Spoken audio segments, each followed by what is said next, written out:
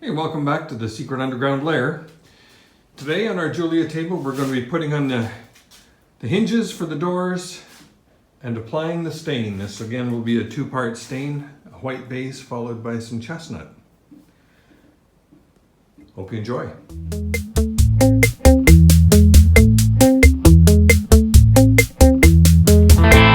So the hinges that I'm using on these little on the doors for this table are cut-offs of a piano hinge. So I have this little black piano hinge that's going to go in here. I've mounted it on the door and I'm just going to set it in there. I did a test fit earlier and made one cut, and I'm going to show you how I did that on the other door. But now what I'm going to deal with is this gap. I want to make sure that I get this hinge mounted on the leg here at the right height. So I have a little gap there, and I can fiddle around with wedges and so on to try and get to the right height. But I saw this trick a little while ago, just using playing cards. And by picking a number of playing cards, I can make sure I get a consistent height. So, for example, what I can do on the top there, I have a gap. So if I figure out how many playing cards fit in that gap without too much trouble, I know that half that number will give me the right spacing. So that seems like a pretty snug fit. I got 1, 2, 3, 4, 5, 6, 7, 8 cards there. So I'm going to take 4 cards. And that should give me the gap that I need. To give me the right spacing. So now if I mount that hinge at that height, I have equal spacing top and bottom. I thought that was a pretty neat trick. So with the door set in place, as you saw me just a second ago, I marked the top and bottom of the hinge location, just put a little small line there. Now I've taken the hinge off, and I want to make sure that the back of the hinge is flush with the leg. So it's a little bit awkward to do that with the door on. So taking the hinge off the door, I can now line that up the way that I want it. I have the marks there. Now I can mark the holes for the screws on this part of the hinge. So I'm going to drill that out, put the hinge back on, and see how the door fits.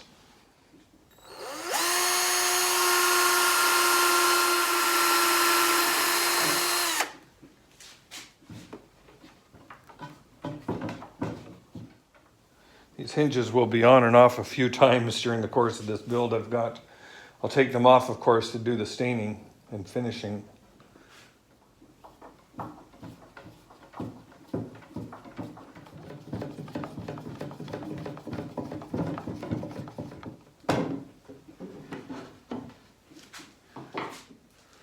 Yes, that fits in reasonably well. The hinge seems to have snuck up a little bit on me, but I think I'm going to be okay with that. I can do a little bit of fine tuning and sand probably a little bit off the top of that door,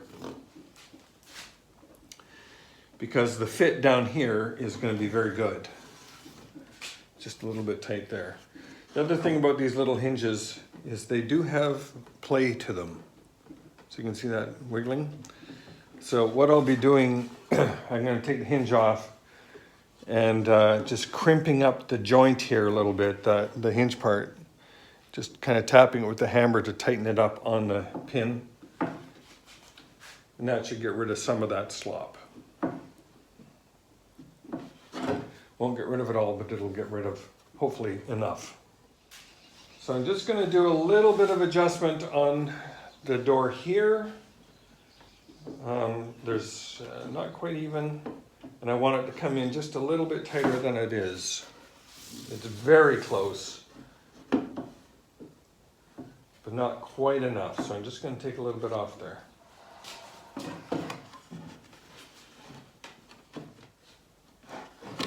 One more little adjustment.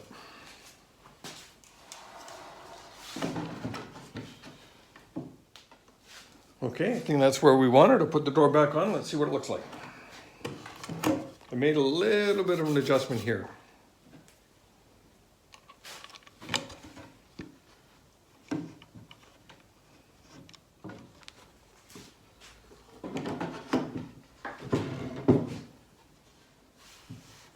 Okay, I'm quite happy with that fit.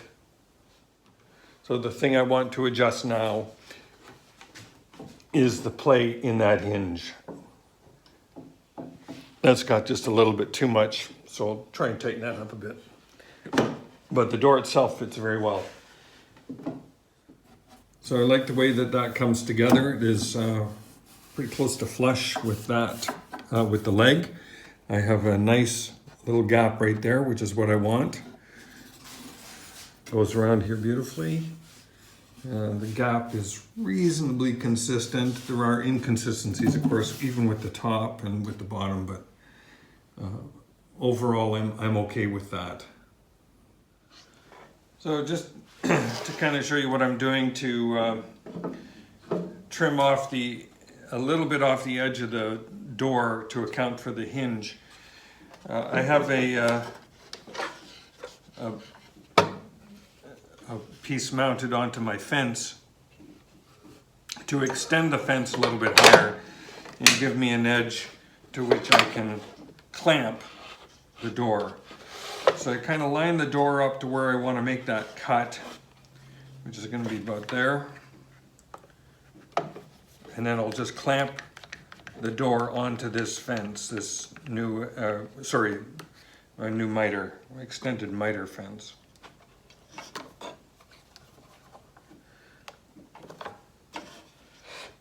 And with that in place, I can now make the cut.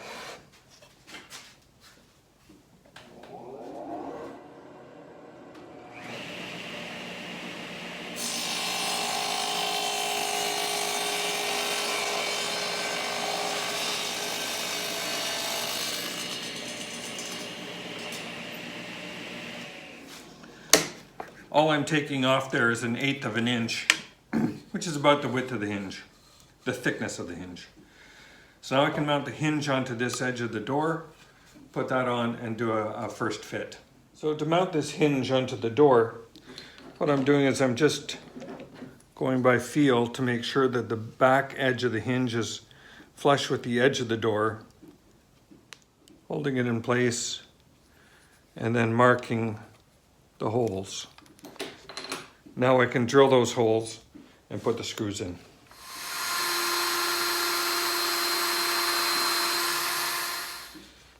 So after I get this hinge mounted onto the door, then I'll set the door in place and I can mark the top and bottom of the hinge.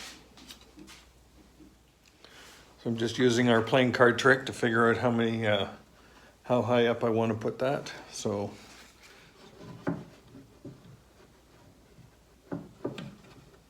that evens out the gap very nicely.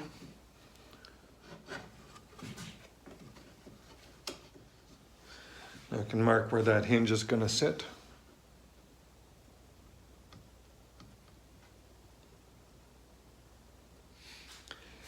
I can take the hinge off again, mount those, or put the hinge in place, drill the holes.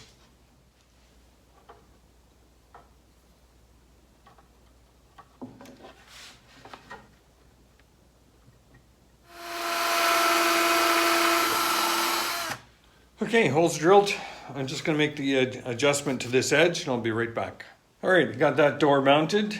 I had tightened up the hinge on it, so this closes really nicely, although you can see it's a little bit springy, which means that what I've got here is the angle that I've got down here is a little too shallow. It is angled kind of in that direction, needs to be more this direction. So I can, I'll take the hinge off again, do a little bit of an adjustment there, and I can do a little bit more of an adjustment up here, now that I have the door fitting reasonably well. Make that one so that's not springy, but this door just closes beautifully with that hinge tightened up, which makes me think I probably want to tighten up the other hinge a little bit. Now you're probably asking, how do you tighten up the hinge? Quite simple, really. Vice grips. So you just take the hinge and pinch that a little bit. Just work down that hinge, and that just tightens it up incredibly. It does a real good job of tightening them up. So I've made one other little adjustment to the table. Whoops, sorry about that. One other adjustment to the table. Put a little magnet here and a little magnet there. So now when the door closes, it stays closed. That little magnet, just enough to hold the door in place. So I'm going to do the same thing on the other side, and then we're ready for stain. When I first opened the can of stain, there is a little bit of oil that has left its mark up here, or that is remaining up in the rim of the can. So I just put a little bit of stain on there to just drizzle some of the mixed stain in there. And I have poked holes in the rim of the can so that it can drain back in. And hopefully that kind of gets rid of the oil that's in the top of the can, and it gives me a chance to mix it up in the stain. Otherwise,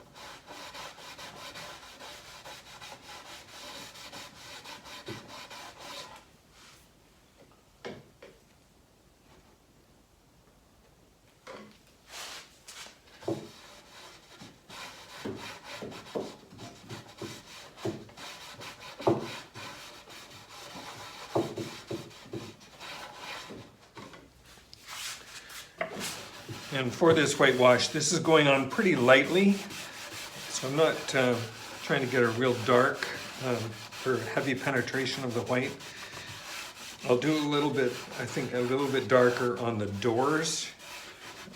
When I say darker, I mean a heavier application of the white on the doors, because they have a little bit more variety in color with resin pitches that is present in the pine. Plus the pine itself is so much more yellow compared to this.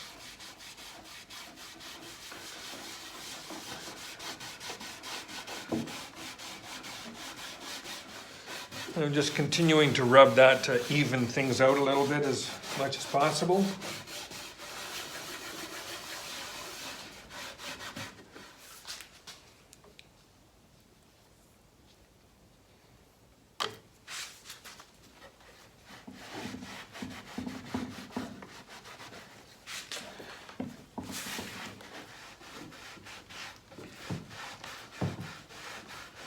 And try and get that on a little bit thicker in there too, a little heavier application, because the grain in that section is pretty stark.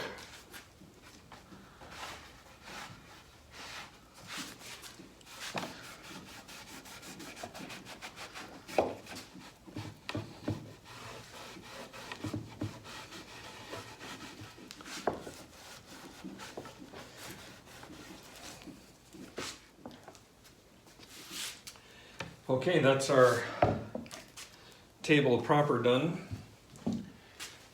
Now we'll move on to the doors.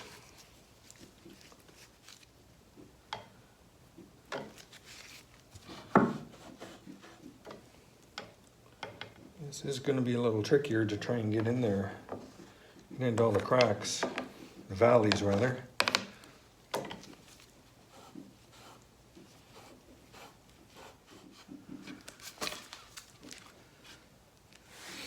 And let that door stand up that way to dry, so that we don't get little pools within the valleys.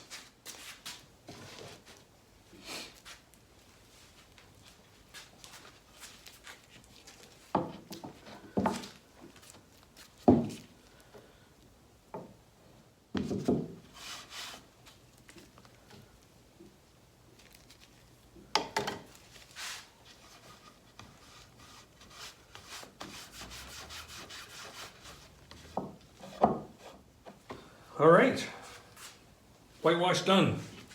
So I'm going to give that a couple hours to set. Then we should be able to come back and do our dark stain with the chestnut.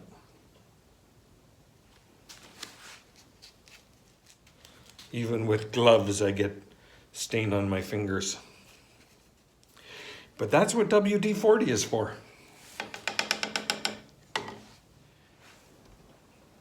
Okay, we're back. We're going to put on our gel coat chestnut stain. For this stain, I have found it beneficial to use a foam brush and then swirl it around with a rag. So that's the technique we'll use here. This stuff is pretty thick and goopy, as you can see.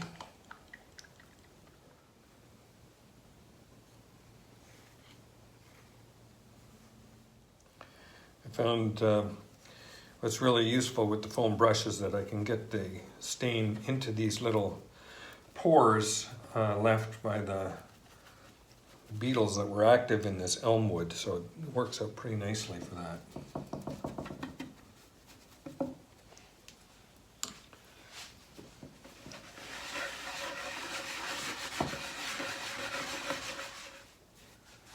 And I'm not worrying about the legs at the moment, and we'll get to those a little later on.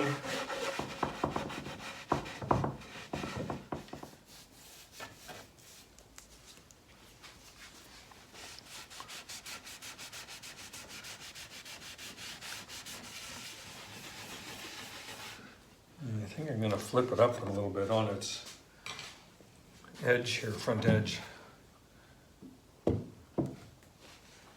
A little bit easier to get pressure on it this way.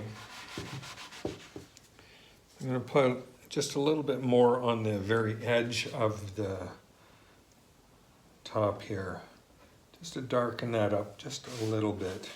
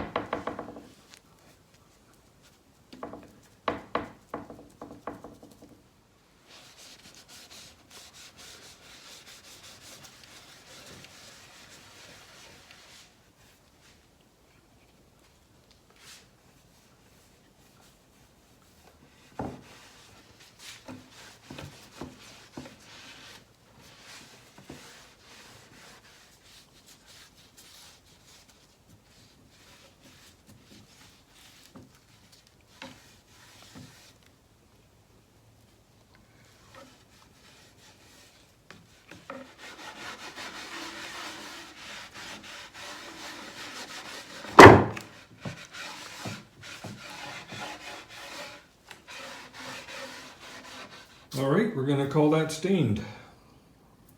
Those are doors. And the table. All done up. So we're going to let that set overnight. And then tomorrow we'll put on the urethane. All right, our table is now ready for some polyurethane. So I just finished stirring it up here. And we'll put on our first coat. And I start with the piece upside down, just my preference.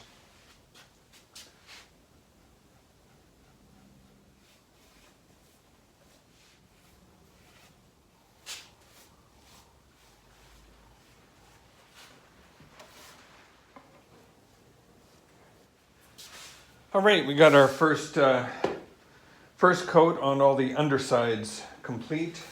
So I'm going to give that probably about a half hour or so to set. I'll flip it over and then do the tops. So we got this surface and this surface to be done, and the backs of the doors. So we'll let that set up, flip it over, do that, then give everything a light sand and do it all again. Okay, the urethane has had a chance to set on the legs and bottom surfaces, so just going to do this surface and this surface. Give that a chance to dry and do some sanding.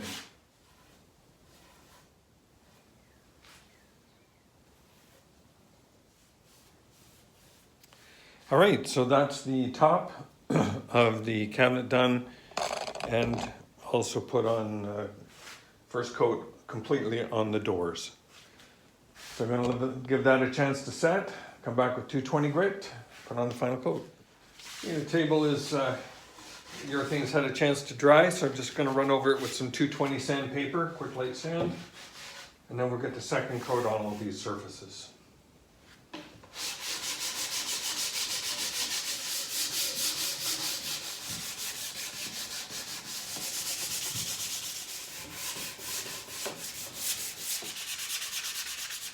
All right, got that sanded off. I'm always amazed at how little it takes with 220 just to smooth that surface off. So I'm gonna blow that off. I feel like Robbie Layton. If you haven't seen Robbie Layton, go check out Robbie Layton's channel. Blow, tack, and static. I'm just gonna blow. And we're ready for second coat.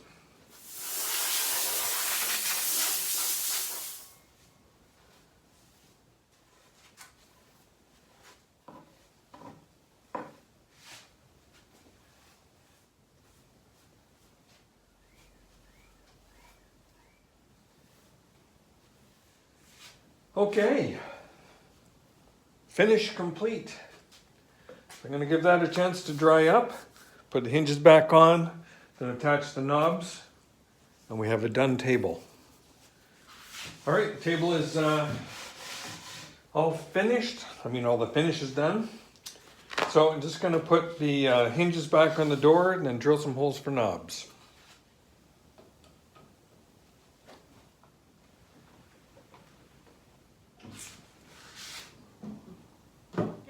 So finally, we've got the doors on.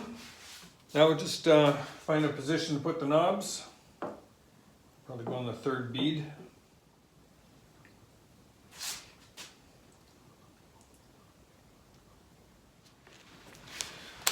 So I'm using a 10mm Forstner bit that'll be just, I'll be drilling right here just to provide a seat for the knob. The knob does have a flat end on it, so that 10mm Forstner bit will give a flat surface, and then we'll drill the rest of the way through with a standard drill bit.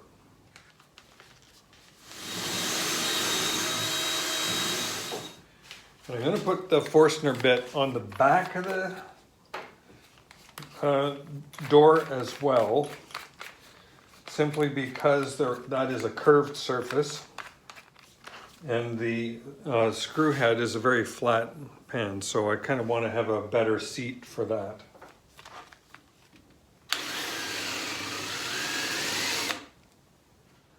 All right, got the knobs on. So I'm going to take the table in now. We'll set it up beside its sister table. And we can call that project finished.